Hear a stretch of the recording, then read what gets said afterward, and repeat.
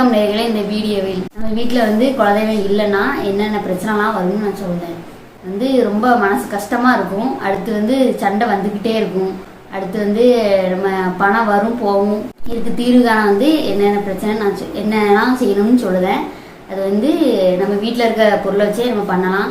குலதெய்வம் வர வைக்கிறது ஒரு சோப்பு துணியை எடுத்துக்கிடுங்க. துணியை எடுத்துட்டு நம்ம ஒரு எம்ச்சம்பழம், ஒரு 2 காயின்ஸு, அடுத்து கொஞ்சம் ஒரு குத்து உப்பு நல்லா அதை நினச்சி சாமியை நம்ம குலதெய்வத்தை நினச்சி 3 முடிச்சு போட்டுட்டு விளக்கு முன்னா வச்சிடணும். விளக்கு முன்னா வச்சு அதுக்கு ஒரு பூஜை காட்டி நல்லா நம்ம குலதெய்வத்தை நினச்சிக்கிட்டு அதுக்கப்புறம் நிலவாசலில் வாசம் முன்ன அது பூஜை காட்டிட்டு அதை கட்டணும். கெட்ட போது உங்கள் குலதெய்வத்தை வாவான்னு வாசம் முன்ன வாவான்னு கூப்பிடணுமோ. 11 திருப்பினாலும் கூப்பிடலாம், 3 திருப்பினாலும் கூப்பிடலாம். கெட்டி முடித்த பிறகு ஒரு 3 நாள் கழித்து அது உங்களுக்கு தெரியும். கொஞ்சம் ஒரு 2 நாள் கழித்து நல்ல விஷயம் மாதிரி தெரியும் உங்களுக்கு.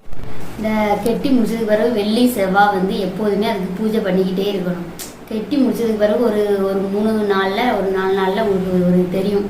கொஞ்சம் வீட்டுக்குள்ளே ஏதோ இருக்கிற மாதிரி உங்களுக்கு தோண பிறகு உங்களுக்கே தெரியும். ஆமாம், அது கெட்டின பிறகு உங்களுக்கு நிம்மதியாக இருக்குன்னு உங்களுக்கே தோணும். அது எப்போதுமே அதை நீங்கள் தினமும் பூஜை பண்ணுங்க, உங்களுக்கு நல்லதே நடக்கும்.